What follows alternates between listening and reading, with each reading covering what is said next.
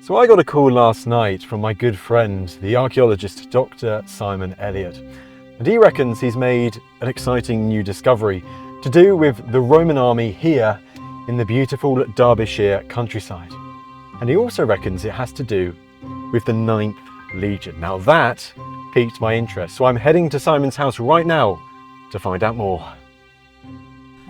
The story of the 9th Legion and its mysterious disappearance is one that has fascinated historians for decades, including me.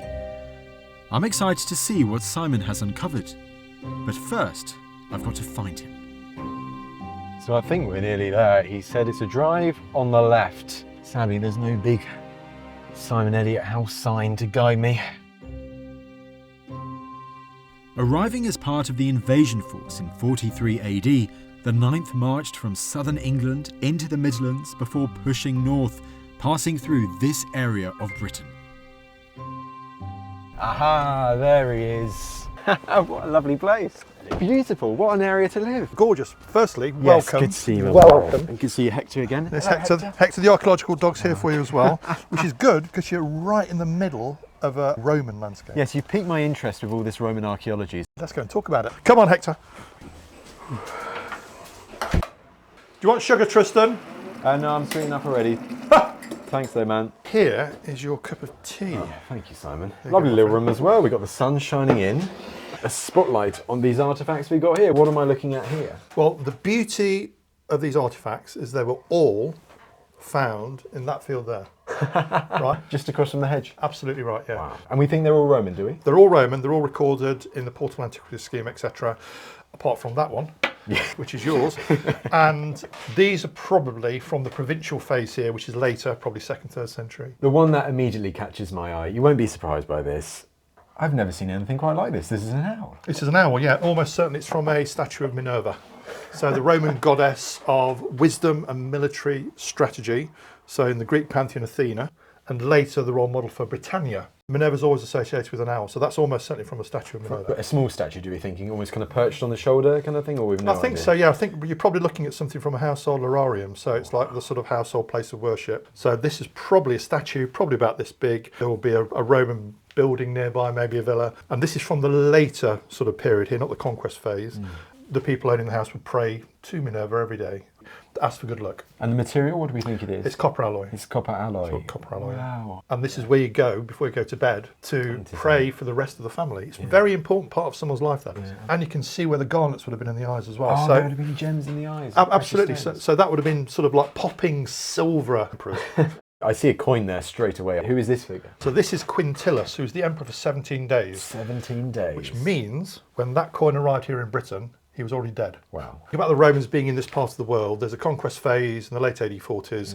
There's a frontier phase when this is part of the Fossway frontier from the Humber down to the Severn, which goes through to the Flavian period into the late 70s, early 80s, and then Agricola pushes everything to the far north, and this becomes part of the province. So all this stuff here broadly is from that provincial phase. These objects here, excluding that one, all belong to at least 100, 150 years after the Romans arrive in Britain. Absolutely, yeah. So when these are in use, this place is part of the Roman province. But they're not what I actually brought you along to see. Okay. So there's something far more important here, which are these items here. Right. These are all civilian, but those 3 items there are very, very specifically military, and they're from the conquest phase. And in particular, we can start with this and this. It doesn't look like too much, but what exactly are they? They're fittings from Lorica segmentata, banded iron armour. The famous segmented armour. Yeah, sort of like with the bands of iron, etc. And they're both made of copper alloy, are they? Both made of copper alloy. So you have the iron for the armour and then the copper alloy for the fittings. So absolutely. Those being in the field there mean we have a Roman legionary at the height of the Principate in his full armour. This is the classic image we have of a Roman legionary surviving now from films like Gladiator and so on. Absolutely, yeah. So at some stage, some poor legionary has lost those and probably been really badly told off by a centurion. Although it's difficult, isn't it? Because with that Lorica segmentata, especially if it's the early phases in that 1st century, they had those buckles and washes on the outside of their kit. So they were obviously going to lose a couple once in a while. And this is good evidence of that. What you tend to find is that, especially the earlier Lorica segmentata, is nightmarish to maintain. because it's all buckles and all straps. So once the armour's on, it's fantastic. It's probably the best torso defending body armour that you would have in the pre-high medieval period. But maintaining it is nightmarish because you have to polish it all the time to maintain all the fittings, and these fittings are obviously fallen off. And then we have something even better. So this, it's like a small plumb bob. it is a plumb bob. So there you go. That is a Roman grommer weight. Feel it. Look how heavy it is. So it's lead. Yeah, that is quite heavy. I've seen a larger one of these before, actually, as part of a hoard in Yorkshire, the Rydale Hoard. But that was significantly larger and thinner than this one. This is quite small and stout. So what you have there is the plumb line weight from a grommer, a Roman military surveying device. Okay. So if you imagine the weight is here, Yeah. and it's one of 4 on the crossbar at the top. So they're holding it kind of thing down, okay. Yeah. And basically, to do the sighting, all you do is you sight that plumb and that one there, and there's your straight line, and you build a Roman road. Absolutely classic piece of Roman military technology. So here you have Roman legionary armour and a Roman military surveyor in that field there. Could these military items discovered by Simon have once belonged to a soldier of the 9th? In actual fact, there are 2 Roman camps within sight of here. So let me go and show you on the LIDAR first, 2 Roman marching camps. Let's do it. Let's do it. Come on, Hector. Located just a few miles away are 2 remarkable sites. The first, Markland Grips, is an Iron Age hill fort some 2,000 years old, and not far away is Camp Hill, the known location of a temporary Roman military camp. But using LIDAR, Simon believes he's uncovered a new 3rd site. All right, Simon, what are we looking at here? So here we have a LIDAR image of 3 key sites here. Firstly, you have this huge late Iron Age hill fort, which is a classic promontory hill fort created by these glacial features. So as the glaciers recede, the meltwater goes into the cracks and the fissures in the limestone and it collapses the caves. So you end up with this really interesting geological feature which creates cliffs on that side, and then you have a triple ditch and bank here with an entrance to close off the promontory. So it's a very defendable settlement, and trust me, they're monumental. So that's the Iron Age hill fort at the time. Where's the Roman stuff? So they have the late Iron Age hill fort, but also in the historic environment record, you have an existing well-recognised Roman marching camp. And finally, I found a Roman marching camp here. Could the presence of a second, previously undiscovered Roman camp suggest that the Romans were preparing for some kind of conflict with the local Britons? Check out on the aerial side. Ah, now you see that kind of the L shape, can't you? Absolutely, yeah. And there's the entrance there as well. Right. No correlation at all with the modern field systems. That's the important thing. So if we go back onto the LIDAR, we know that the hill fort's here. So if you go here, you have another Roman marching camp coming out. Oh yeah, I see that other recognisable L there again. Yeah. Absolutely. Yeah. It's a big one as well, that is. But that's not all Simon believes the LIDAR has revealed. And then if you go onto here, you have these very enigmatic looking platforms which have nothing at all on any existing maps to reference anything there at all. These little squares there. For me, they're probably artillery platforms from the Roman siege of the hill fort. Are we really looking at the location of a long-lost battle? So the broad narrative is as follows. The 9th Legion are tasked with conquering the Midlands up to the North Sea coast in the late AD 40s. On the way to Lincoln from Leicester, hitting a speed bump with a local tribal centre, the Romans arrive, they don't give in straight away, the Romans besiege it. These sites here at the top, importantly, are 30 metres higher than the hill fort. These you can still see on the ground, okay? Crucially, look at where they are. Absolute standard Roman military practice. You seize the high ground, build artillery, start throwing ballista bolts and stones into it. Because once they're there, 30 metres higher, with a line of sight into the tribal centre, these guys can't do anything. Is that the field where you found those artefacts we just looked at? Yeah, absolutely. Ah, okay, so that brings it together. Right, well, I've still got more questions to ask about this, but let's go and do those questions out on the field. I want to see these sites. Let's do it. Let's do it now. It's tempting to think that Simon has discovered a site connected to the 9th Legion. But before we get too carried away, I've got to see the locations for myself. First up, Camp Hill. the site of a known Roman marching camp.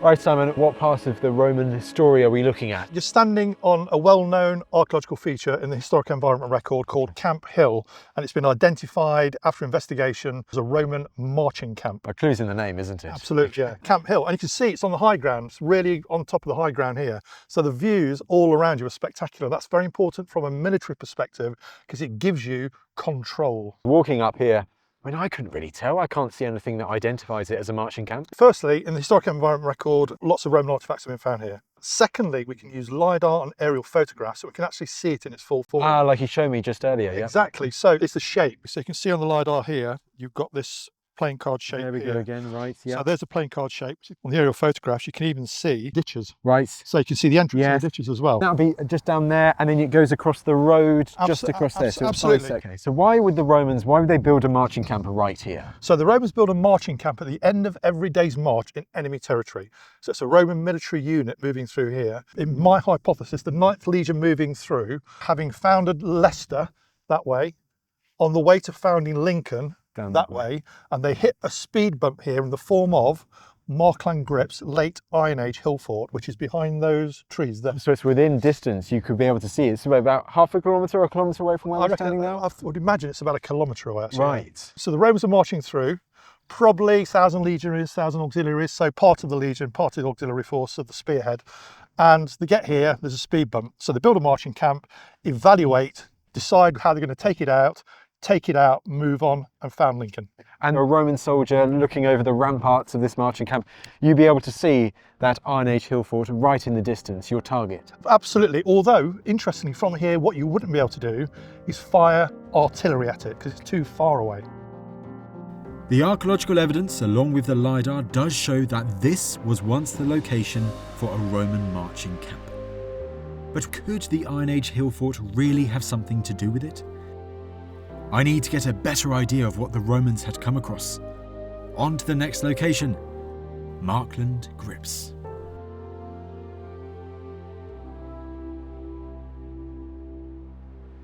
So we're walking out of one of the defensive ditches, onto a defensive bank, down into a defensive ditch, and from this point here, hey presto, you can see the main entrance to the whole site. What is this site? So ditches, ramparts, what are we talking? Probably a triple ditch and bank, but very complex.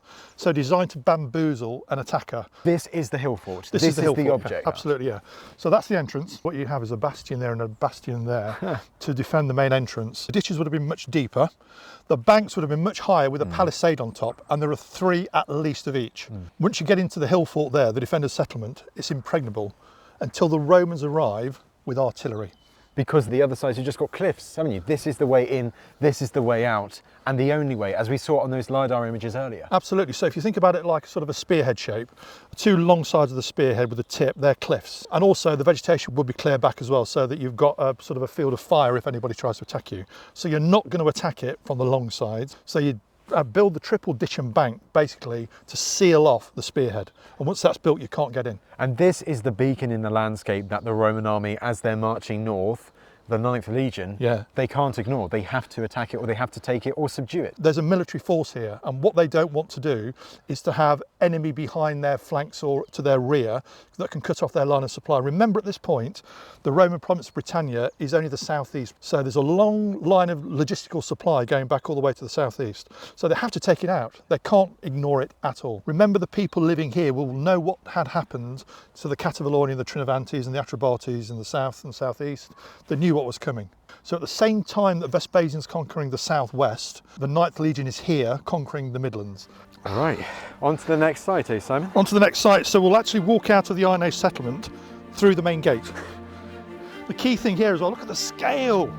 You know, and this would have had an enormous wooden gateway as well, all defended. 2,000 years after the Romans first laid eyes on it, and the hill fort remains a remarkable feature in the landscape. It truly is magnificent. But that's not all. So that's the defended settlement there, right. Sort of a redoubt, but it's there for the people who lived here, a full-scale late Iron Age OPIDA. the late Iron Age equivalent of a town. We've got evidence of late Iron Age field systems, and also we have Roman archaeology right beneath your feet. Oh look, Pottery, really lovely fine. literally just seen under my feet. All over the place, you can see. The settlement originally, I think, was an OPIDA, so it's a defender's settlement, possibly the defender's settlement of the Corel Talvi, which is the pre-Roman tribal confederation. The Iron Age in the people Midlands. here. Okay. Yeah. But the Roman presence evidently stays here if you've got Roman ceramics, or whether it's from the Iron Age settlement and they're using Roman ceramics. There's evidence Wow. in the archaeological record of Roman activity well into the Roman period, and people who lived here before the Romans continue living here. The Romans built roads, all the taxes, instead of going to the tribal chief, go to the emperor, but they just crack on. It's part of the Roman world. So we've seen a Roman camp. Yes. We've seen an Iron Age bastion right behind us and the ditches, and Roman archaeology on the ground. Exactly. So it's right. quite an interesting mix of stuff we've seen. An archaeological layer cake through the chronology of the late Iron Age into the Roman period. A huge space even today. It suggests an afterlife to this hill fort after the Romans captured it. But how exactly did they storm this stronghold? It's time to visit the final site, where Simon believes he's found the answer, evidence of the Roman army's superweapon. All right, Simon, the pub is beckoning, but before that, we've got one more location. Where are we going? So you're standing in the middle of a Roman artillery platform. So this is it. So you can see straight through there, the green, that's the hill fort that you were just in. So that's where we were just now. Yeah. And so this is higher up 30 than the metres. hill fort. 30 metres higher. So you're seeing here the bank, which would have had a palisade on top. The other side of it would have been a ditch, because what you don't want to do is the locals attacking it when you've got this elite military technology in here, which are ballistas. So the people there think they're safe until the Romans arrive here. They slowly start building the platforms here. Psychological warfare to terrify the people inside. And how far is the distance there? Half a kilometre? Right. Maybe a bit less, actually. Bit less. But easily in range of a Roman ballista. But you say platform, but this is notably low, especially from, you know, up above. So how is this a platform? Effectively, what you're looking at is like a miniature marching camp. So this is the bank, which would have been higher. Yes. Far side would have been a ditch, which is where the earth comes from for the bank. Wooden palisade going here. Then on here, to give stability to the artillery and the ballistas, so the big ones, you've got a wooden floor. And we have other examples, don't we? There's Burnswook in southern Scotland, where they've got artillery platforms. Yeah. Is this similar to the archaeology there? It's the absolute classic way the Romans would besiege a native settlement. This is a hypothesis that Yeah, this was an artillery platform. Yeah. What artillery are we talking about? So in a Roman legion, you've got two kinds of artillery, and they've got a lot more than most people think, and it's always operated by the legionaries, not auxiliaries, legionaries.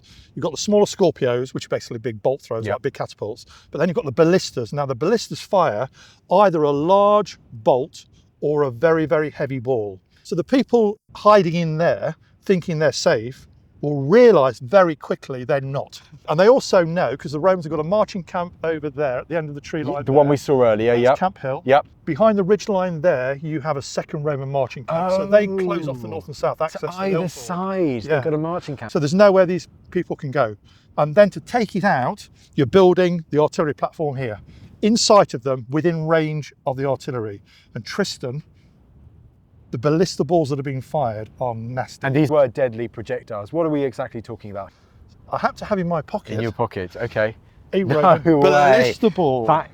Are we actually serious? So this is a Roman artillery ballista ball from a Roman fortified site. Wow. So if you hold your hand out, so it's going to hit you like a low velocity cannonball. The ballista, these are torsion catapults, so pulling it back and back and back, and then releasing with huge force. But what's the material that I've got here? Basically, it's a piece of sandstone. So it's a smoothed out piece of sandstone which has been worked. The Romans could heat them up as well to set fire to structures as well. It's actually got these grooves notched on either side here and there as well. Now we don't even know what they're for yet, but you can see there's metal inside. Whoa. So maybe to give it spin when it comes out of the sling. These are the things that are going to be fired again and again and again. The guys in there are just going to give up. And they'd never experienced something like that before? Never, never. This fortification is designed to fight other native Britons who basically have got slings. Don't even have bows and arrows, have slings. And it's brilliant at that, impregnable. But when the Romans turn up with their artillery, they may as well have had lasers.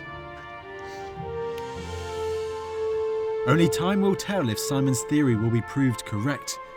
The discovery of these artefacts linking the Roman military to this area, along with new LIDAR findings, do make for a mouth-watering prospect. Whatever happens, we'll be following the project as it progresses. But if you'd like to find out more about the 9th Legion, well, head on over to historyhit.com, where you can watch a 2-part documentary advert-free.